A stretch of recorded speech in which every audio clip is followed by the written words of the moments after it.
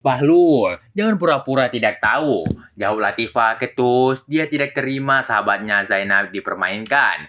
Ada Nyai Aisyah. Seru Baharudin menahan diri dari arah belakang Latifah. Dia melihat Nyai Aisyah berjalan ke arah mereka. Refleks Latifah berbalik. Benar Nyai Aisyah sedang berjalan ke arah mereka. Aneh. Bukankah Nyai Aisyah akan bertakziah ke rumah Nyai Fatimah yang sedang sakit? Assalamualaikum. Nyai Aisyah mengucapkan salam memecah ketenangan yang sedang terjadi antara Baharudin dan Latifah. Waalaikumsalam, Nyai. Jawab Baharudin dan Latifah berbarengan. Hati mereka berdebar kencang. Ada keperluan apa Nyai Aisyah datang? Kenapa kalian berduaan di tempat seperti ini? Bukankah sesuatu yang mendekati itu dilarang? Tanya Nyai Aisyah ketus. Dia tidak bisa menahan kecemburuannya melihat Baharudin berduaan dengan Latifah sehingga dia harus menunda keberangkatan untuk bertakziah. Kami hanya ngobrol sebentar, Nyai. Jawab Latifah menunduk, dia tidak tahu harus berkata apa di hadapan Nyai Aisyah.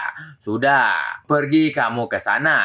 Nyai Aisyah berkata ketus, dia harus menunjukkan kewibawanya di hadapan para santri dan santriwati. Latifah meninggalkan Nyai Aisyah dengan wajah menunduk. Kecurigaannya semakin besar, ada sesuatu antara Nyai Aisyah dan Baharudin. Biarlah, dia akan menyelidikinya nanti. Saya juga pamit, Nyai. Baharudin meminta izin berduaan dengan Nyai Aisyah. Sebenarnya ada yang ingin aku bicarakan dengan kamu, Din. Tapi nanti saja setelah aku selesai bertakziah ke rumah Nyai Fatimah. Nyai Aisyah menyentuh pergelangan tangan Baharudin tanpa disadarinya. Begitu menyadari apa yang dilakukan Nyai Aisyah segera melepaskan pergelangan tangan Baharudin. Apa yang sudah dilakukannya? Wajah Nyai Aisyah bersemu merah, semakin lama berdekatan dengan Baharudin akan membuatnya lupa diri. Tanpa bersuara, Nyai Aisyah meninggalkan Baharudin. Namun dia kembali berbalik setelah ingat tujuannya mencari Baharudin dan dia kembali ragu mengutarakan tujuannya saat saling bertatapan dengan Baharudin. Ada apa lagi, Nyai? Tanya Baharudin memecah kebuntuan di antara mereka.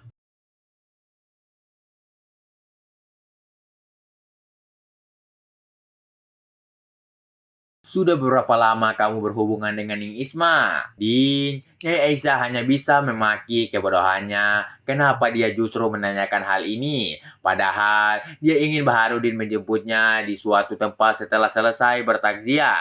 Banyak hal yang ingin diceritakannya kepada pemuda itu, terutama tentang hari-harinya yang akan bertambah sepi setelah kepergian Ning Sara ke Mesir. Saya lupa, Nyai. Kenapa tidak ditanyakan langsung kepada Ning Isma?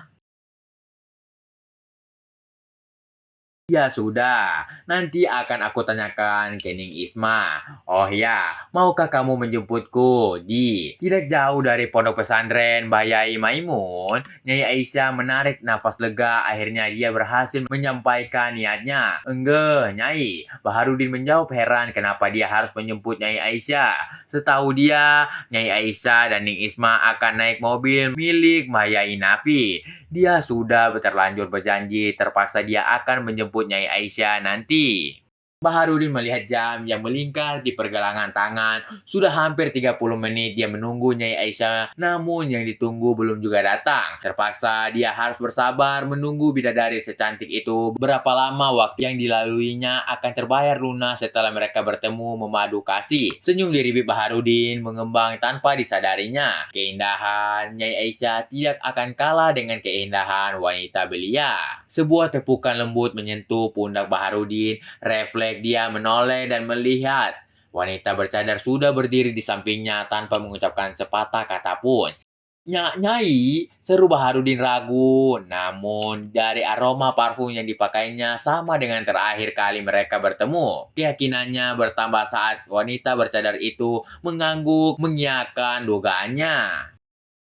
Belum sempat Baharudin kembali bicara, wanita itu memegang pergelangan tangannya dan mengajaknya pergi meninggalkan tempat itu tanpa mengucapkan sepatah kata pun. Terpaksa Baharudin mengikutinya. Nyai Aisyah pasti sedang menyamar agar tidak ada yang mengenalinya, berduaan dengan seorang pemuda yang bukan muhrimnya untuk menghindari fitnah.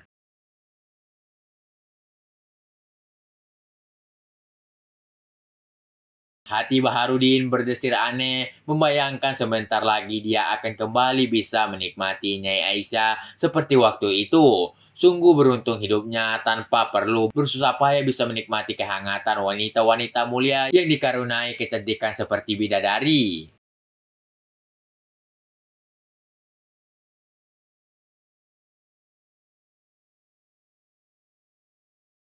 Nyai Aisyah semakin erat menggenggam pergelangan tangannya seakan dia tidak rela kehilangan Baharudin. Langkahnya cepat dan lincah di antara lalu lalang manusia yang berseliweran di lorong-lorong sempit pasar sehingga akhirnya mereka sampai di tempat parkir kendaraan beroda dua. Tanpa bicara, wanita itu segera naik ke atas motor dan menyalakannya. Dia memberi isyarat agar Baharudin naik ke boncengan. Biar saya yang bawa, Nyai. Seru Baharudin merasa risih kalau harus dibonceng seorang wanita. Namun Nyai Aisyah hanya menggelengkan kepala dan memberi isyarat agar Baharudin naik ke atas boncengannya. Terpaksa Baharudin naik dan belum sempat posisinya nyaman. Nyai Aisyah menarik gas membuat Baharudin nyaris terjengkal kalau saja tangannya tidak sigap pinggang Nyai Aisyah. Hati-hati, Nyai. Seru Baharudin di antara bisingnya suara mesin motor. Nyai Aisyah sama sekali tidak mengubris peringatan Baharudin. Dia semakin kencang memacu motornya, menyelinap di antara padatnya kendaraan. Ternyata di balik sifatnya yang anggun dan lembut, Nyai Aisyah mempunyai sisi lain yang baru diketahuinya sekarang. Nyai Aisyah membawa motornya ke jalan kecil yang belum diaspal, membelah perkebunan tebu hingga akhirnya menghentikan motornya di sebuah rumah kayu yang terletak di tengah perkebunan tebu yang luas. Ada beberapa pohon rindang di sekitar pekarangan rumah sehingga membuat suasana terasa lebih sejuk namun sekaligus mengerikan saat malam hari tiba. Tanpa bicara, Nyai Esa masuk ke dalam rumah yang sepertinya digunakan oleh para petani untuk beristirahat. Rumah ini hanya terdiri dari satu ruangan besar dan ada sebuah balai-balai serta beberapa kursi kayu yang masih cukup bagus kondisinya. Tempatnya pun terlihat bersih. Nyai, ada apa sebenarnya?